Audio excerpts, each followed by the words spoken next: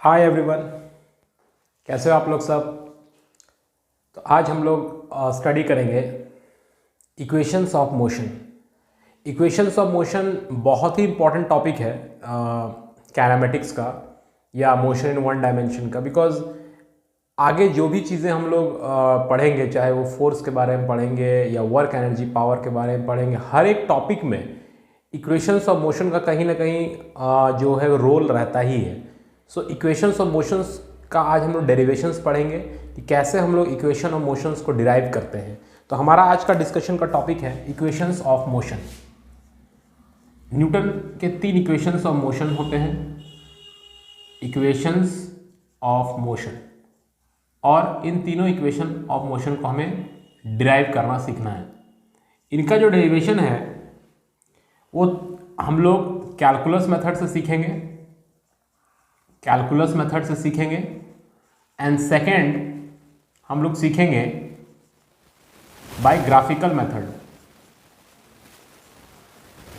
तो 2 तरह से हम लोग इन इक्वेशंस को डिराइव करना सीखेंगे। तो आज हम लोग इस वीडियो में बात करेंगे कैलकुलस मेथड के बारे में। आई होप कि कैलकुलस के बारे में आप लोगों को प्रॉपर एक बेसिक जानकारी है कि आप कैलकुलस किसे कहते हैं। जब हम लोग किसी इक्वेशंस को में डिफरेंशिएशन या इंटीग्रेशन का इस्तेमाल करते हैं तो उसे हम लोग कंबाइंडिंगली कैलकुलस कहते हैं। मतलब इंटीग्रेशन और डिफरेंशिएशन को अगर हम कंबाइंडिंगली एक वर्ड में कहना चाहें then it is a calculus. ठीक है, उसे कैलकुलस कहते हैं। तो चलिए हम लोग आज कैलकुलस मेथड से इक्वेशंस ऑफ मोशंस को डिराइव करना सीखते हैं। पहले हम लोग ये देख लेते हैं कि इक्वेशंस ऑफ मोशंस कौन कौन से इक्वेशंस हैं।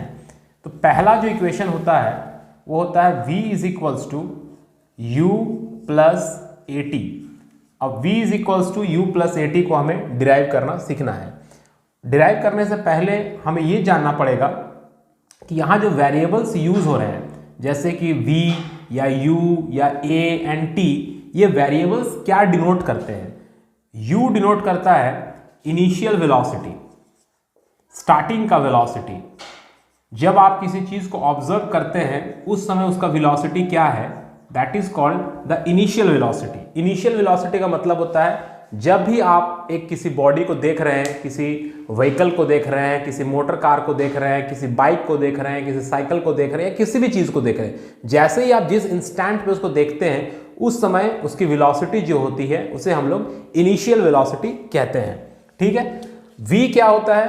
v होता है फाइनल वेलोसिटी। कुछ समय के बाद का जो वेलोसिटी होता है उसे हम लोग फाइनल वेलोसिटी कहते हैं। जिस मान लेते हैं कि हमें ये जानना है कि 10 सेकंड के बाद एक पर्टिकुलर पार्टिकल की वेलोसिटी क्या होगी, तो वो जो वेलोसिटी 10 सेकंड के बाद वो पार्टिकल अचीव करेगा उसे हम लोग फाइनल वेलोसिटी कहेंगे।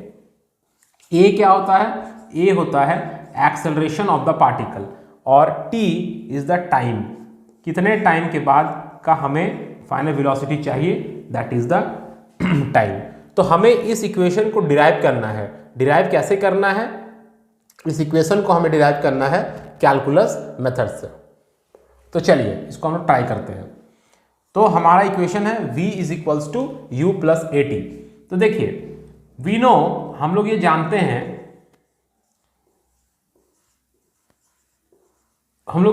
हैं, कि acceleration of a particle is given by dv by dt।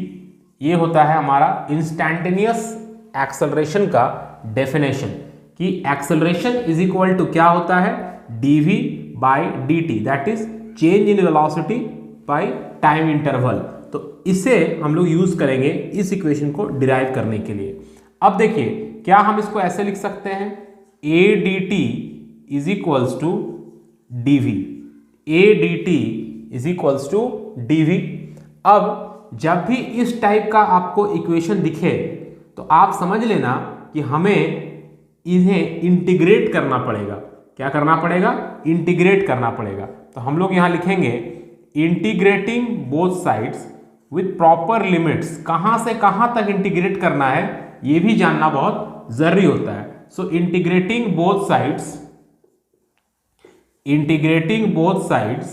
With proper limits. आप कहां से कहां तक इंटीग्रेट कर रहे हैं, that is also very important. So integrating both sides with proper limits. So integration का ये सिंबल होता है, इंटीग्रेशन हम लोग कर रहे हैं a dt और इधर इंटीग्रेशन ऑफ dv। अब देखिए यहां पर इस इंटीग्रेशन में क्या चेंज हो रहा है, इस इंटीग्रेशन में टाइम चेंज हो रहा है, इस इंटीग्रेशन में क्या चेंज हो रहा है, इस इंटीग्रेशन में वेलोसिटी चेंज हो रहा है। तो टाइम इनिशियली जीरो, स्टार्टिंग में टाइम जीरो होता है and final time is suppose t, मतलब जीरो से लेके t तक वो इवेंट चल रहा है। क्या इवेंट? वेलोसिटी का चेंज। इनिशियली हम लोग वेलोसिटी को लिखते हैं u, फाइनली हम लोग वेलोसिटी लिखते हैं v। सो ये हो गया u से लेके v। क्लियर? अब जब हम इसे इंटीग्रेट करेंगे, now here a is constant because in सारे इक्वेशंस में एक चीज याद रखिएगा, इनको हम बोलते हैं यूनिफॉर्मली एक्सेलरेटेड मोशन, मतलब एक्सेलरेशन जो है वो यूनिफॉर्म है, एक्सेलरेशन वैरी नहीं कर रहा है। तो एक्सेलरेशन यहाँ पे जो है वो कांस्टेंट है, that is why it is called uniformly accelerated motion, uniformly accelerated motion. ठीक है, तो अब देखिए यहां जब हम इसे इंटीग्रेट करेंगे तो क्या लिखेंगे, a को बाहर कर देंगे, इंटीग्रेशन ऑफ dt, कहां से कहां तक, 0 to t, करेक्ट। और यहां पे इंटीग्रेशन क्या हो जाएगा, dv का इंटीग्रेशन होगा। जब dv का इंटीग्रेशन होगा तो dv का इंटीग्रेशन हो जाएगा v, कहां से कहां तक, u से लेके v तक। dv का इंटीग्रेशन क्या हो जाएगा, v, dv का इंटीग्रेशन होता है v, कहां से कहां तक, u से v तक। और dt का इंटीग्रेशन हो जाएगा t, कहां से कहां तक, 0 से t तक। नाउ यहां पे क्या करते हैं हम लोग, इसको भी एक बार फिर से लिख देते हैं, v u से लेके v तक, करेक्ट। अब क्या होता है, पहले हम लोग अपर लिमिट पुट करते हैं। तो अपर लिमिट क्या है, यहाँ पे t है, so upper limit is t, so t minus lower limit that is 0। यहां भी अपर लिमिट पुट करेंगे, what is upper limit, v, what is lower limit, u, so v minus u। अब a इस t से multiply हो जाएगा, u को इस साइड कर दीजिए, so it is u plus at, this is equal to v। So हमारा जो फर्स्ट इक्वेशन ऑफ मोशन था वो कैलकुलस मेथड से डिराइव हो गया। I hope it is clear. इसको आप अच्छे से नोट कर ले और फिर इसे प्रैक्टिस कर ले, ठीक है। तो ये हमारा हो गया, this is the first equation of motion. हाँ, हेलो, अब हम लोग बात करेंगे सेकेंड इक्वेशन ऑफ मोशन के बारे में। तो हमारा सेकेंड इक्वेशन ऑफ मोशन क्या होता है, सेकेंड इक्वेशन ऑफ मोशन होता है s is equals to U T plus half A T square. तो इस इक्वेशन को हमें डिराइव करना है। यहाँ पे u, t और a के बारे में हम लोग ऑलरेडी जानते हैं। u जो है वो इनिशियल वेलोसिटी है, a जो है वो एक्सेलरेशन है और t is time. But what is s? s is the displacement. s क्या है यहाँ पे, s जो है वो डिस्प्लेसमेंट है। तो इस इक्वेशन को हमें कैसे डिराइव करना है, तो चलिए v इज इक्वल्स टू क्या होता है, v इज इक्वल्स टू होता है dx by dt, that is change in position by time. अब we know from first equation of motion, जो पहला इक्वेशन ऑफ मोशन था उससे हम लोग क्या जानते हैं कि v velocity at any given time t is equals to initial velocity u plus a into T होता है, जहां पर एक्सेलरेशन हमारा कांस्टेंट है। तो अगर हम इसको यूज करें तो यहां हो जाएगा u प्लस ए टी और ये dt इधर मल्टीप्लाइड हो जाएगा और इधर आ जाएगा dx। अगेन ये मल्टीप्लाइड के फॉर्म में है, d है, तो हमें इसको हटाने के लिए इंटीग्रेशन करना पड़ेगा। तो हम फिर क्या लिखेंगे, integrating both sides with proper limits, integrating both sides with proper limits, with proper limits, ठीक है। तो अब इसे इंटीग्रेट करते हैं। तो यहां पे हमारा दो इंटीग्रेशन आ जाएगा, u dt एक इंटीग्रेशन आएगा plus A T D T एक अलग इंटीग्रेशन आएगा, क्योंकि इंटीग्रेशन को प्लस और माइनस में हम लोग सेपरेट कर सकते हैं। और यहाँ आ जाएगा dx। क्लियर? अब यहाँ हमारा क्या वेरी कर रहा है? टाइम 0 से लेके t। यहाँ क्या वेरी कर रहा है? अगेन टाइम 0 से लेके t। यहाँ क्या वेरी कर रहा है? पोजीशन। तो मान लेते हैं कि स्टार्टिंग में वो पार्टिकल x नॉट में था, अभी t टाइम में वो पार्टिकल x तक पहुंच गया। सो जो हमारा पोजीशन है वो x नॉट से x तक वेरी कर रहा है।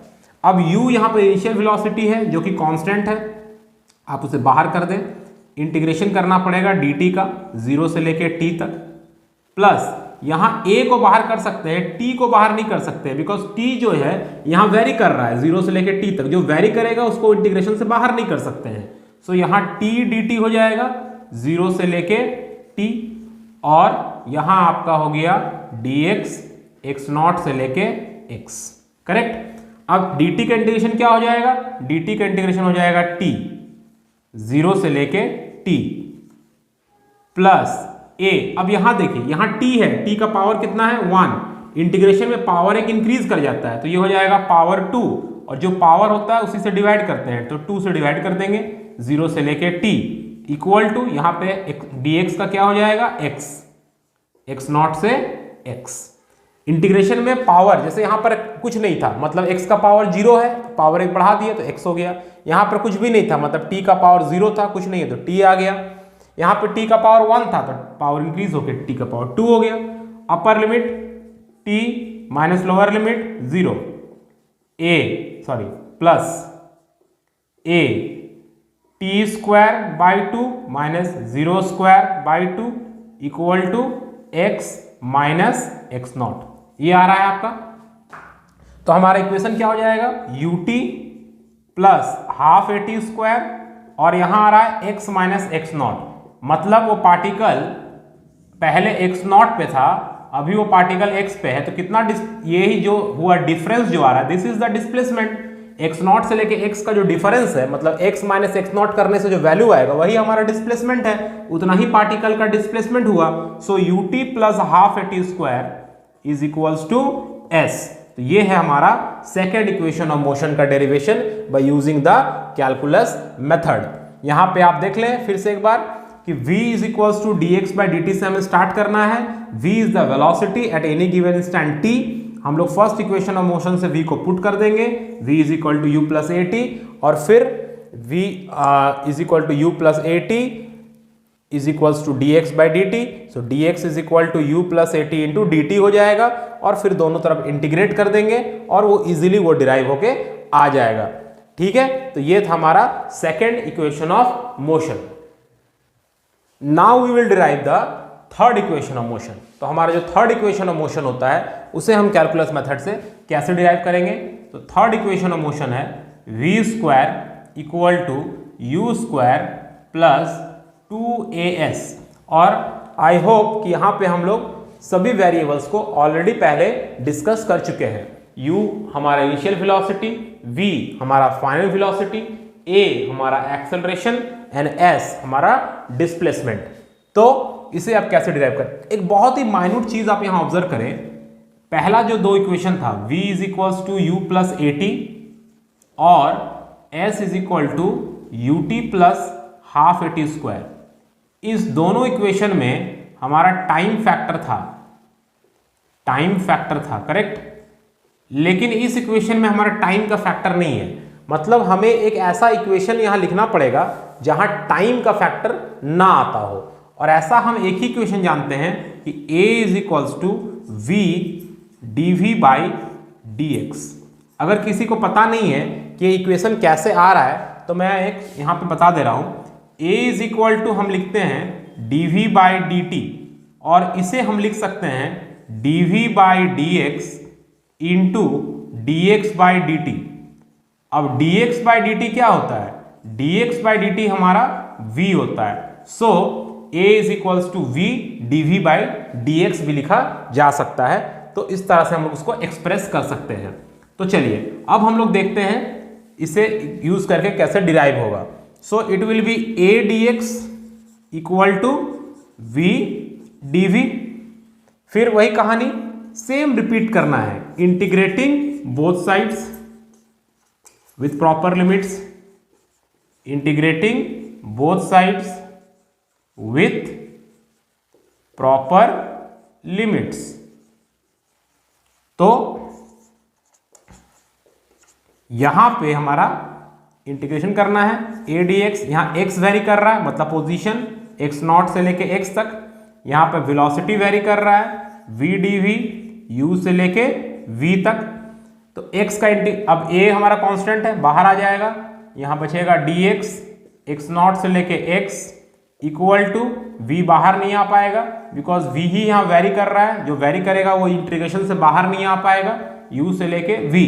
अब यहां पर कुछ नहीं है मतलब x का पावर 0 है, इंटीग्रेशन करेंगे तो आ जाएगा x, a है यहां पे x0 से लेके x इक्वल टू, यहां v का पावर 1 है तो इसका पावर एक बढ़ जाएगा, जो पावर होगा उससे डिवाइड हो जाएगा, कहां से कहां तक जाएगा, u से लेके v तक जाएगा, correct. So a upper limit x minus lower limit x0 equal to इधर आप v square upper limit minus u square lower limit divided by 2।